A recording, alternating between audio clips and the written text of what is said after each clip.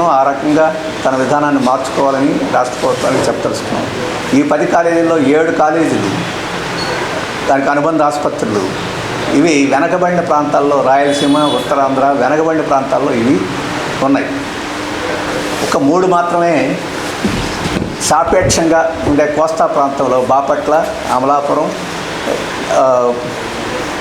ఈ ఇంకొక చోట 3 మాత్రమే ఈరోజు పాలకొల్లు, ఈ 3 మాత్రమే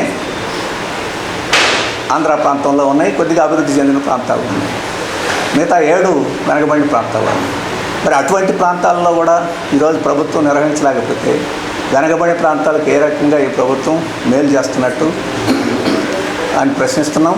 అందుకని ఈ పీపీపీ విధానాన్ని పూర్తిగా విరమించుకొని వీటన్నిటిని ప్రభుత్వం నిర్వహించాలని చెప్పేసి కోరుతున్నాం.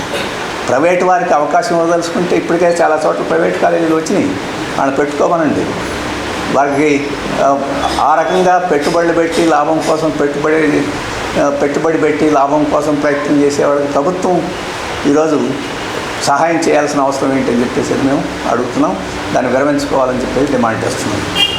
అలాగే ఆరోగ్య రంగానికి సంబంధించి మరొక పథకాన్ని కూడా ముఖ్యమంత్రి గారు ప్రకటించారు. అది సంజీవిని పథకం. ఆయన మాటల్లో చెప్పాలంటే ఆంధ్రప్రదేశ్ ఆరోగ్య చరిత్రలో ఈ సంజీవిని పథకం ఒక పెద్ద గేమ్ చేంజర్ అని చెప్పేసి ఆయన ప్రకటించారు. ఆ గేమ్ ఏం గేమో మనకు చెప్పలా. ఆ గేమ్ చేంజరు ఎవరికో కూడా చెప్పలా. ప్రజలకి గేమా లేకపోతే పెట్టుబడిదారులకి గేమా, ఏం గేమ్ చేంజర్ అని చెప్పలా. అందుకని మేము డిమాండ్ చేయాలి, అంత గొప్ప పథకం అయితే అంత రహస్యంగా ఎందుకు అట్టిపెట్టుకోవాలి? ఆ గేమ్ చేంజర్ పథకం ఏదైతే ఉందో సంజీవిని పథకం, ఆ పథకానికి సంబంధించిన వివరాలన్నింటినీ పబ్లిక్ డొమైన్లో ప్రజల ముందు ఉంచాలి. రహస్యంగా ఉంచాల్సిన అవసరం లేదు. అది పబ్లిక్ డొమైన్లో ఉంటే అది గేమ్ చేంజరా లేదా పెట్టుబడిదారులకు పనికొచ్చే గేమా ఏమిటనేది మాకు అర్థమవుతుంది. రెండవది ఏంటంటే ఈ సంజీవిని పథకం అమలులో టాటా గ్రూపు, బిల్ గేట్స్ వీళ్ళు ముఖ్యమైన పాత్ర నిర్వహిస్తున్నారని కూడా ముఖ్యమంత్రి గారు చెప్పారు. వారితో ఒప్పందం చేసుకున్నామని కూడా చెప్పారు. ఏం ఒప్పందం చేసుకున్నారు, ఆ ఒప్పందంలో వివరాలు ఏమిటి అనేది ఇప్పుడు వరకు బయటపెట్టలేదు. మరి వాటిని బయట పెట్టడానికి ఏమిటి ఇబ్బంది? అందుకని వారి మధ్య జరిగిన ఒప్పందం ఏదైతే ఉందో, అంటే డిజిటల్ హెల్త్ కార్డ్స్ తయారు చేయడం కోసం ఈ ఒప్పందం ఉన్నారు. మరి ఆ కార్డ్స్ ఎందుకు తయారు చేస్తున్నారు? మొత్తం చిత్తూరు జిల్లాలో ఇప్పుడు కుప్పంలో ప్రారంభిస్తారట, 26లో చిత్తూరు జిల్లాకి విస్తరిస్తారట.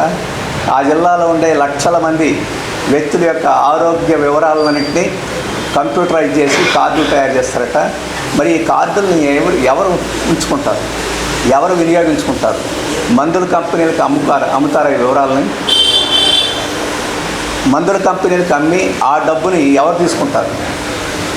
అసలు నా ఆరోగ్య విషయాలు రహస్యంగా ఉంచాల్సి ఉంటే అవి పబ్లిక్గా ఎవరికంటే వాళ్ళకి, వ్యాపారస్తులకి ఆ రకంగా ఇవ్వడం చట్టబద్ధమా? ఈ ప్రశ్నలన్నీ ఈరోజు ఉన్నాయి. ఈ ప్రశ్నలకు సమాధానం చెప్పకుండా